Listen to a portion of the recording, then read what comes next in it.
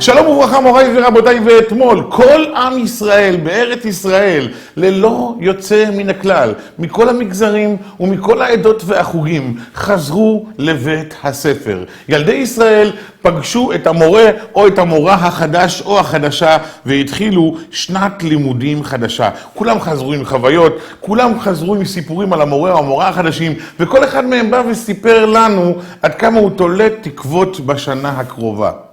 יש מקומות בעולם שעד היום לא מחליפים את המורה מכיתה א' עד כיתה ח'. אותו אחד גדל עם הילד יחדיו. בארץ ישראל טוענים שזה ממש לא חינוכי.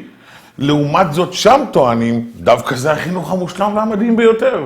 כי המורה שמכיר את הבן שלך ילווה אותו 8 שנים ויתאים לו בדיוק כל דבר מהנהגה ועד רמה לימודית.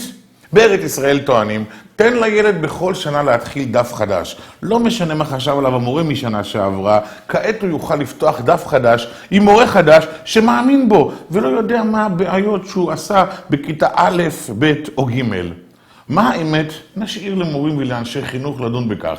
אנחנו כאן בארץ ישראל. צופנו ברחבי העולם, רובם ככולם, מחליפים את המורים מדי שנה. אנחנו צריכים להדגיש את הילדים את הנקודה הטובה והמדהימה באותה התחלה חדשה. יש לך אפשרות לפתוח דף חדש לחלוטין. יש לך אפשרות להכיר מישהו שעד היום לא יודע מה קרה איתך בדיוק ומוכן להאמין שאתה מספר 1 בעולם.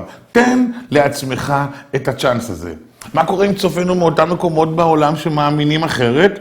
כל אבא אומר לבן שלו, דווקא אותו מורה שנצמד אליך, הוא אותו אחד שאכפת לו ויודע עליך הכל, ואיתך יחד הוא יצליח. האמת לא משנה לנו, כי מה שקורה עכשיו בבית הספר לעיני הבן שלך, זוהי האמת שלו. ואותה צריכים לפתח ולגרום לו לאהוב, ויחד להצליח להגיע לנחת שלמה ואמיתית. ברוכים תהיו.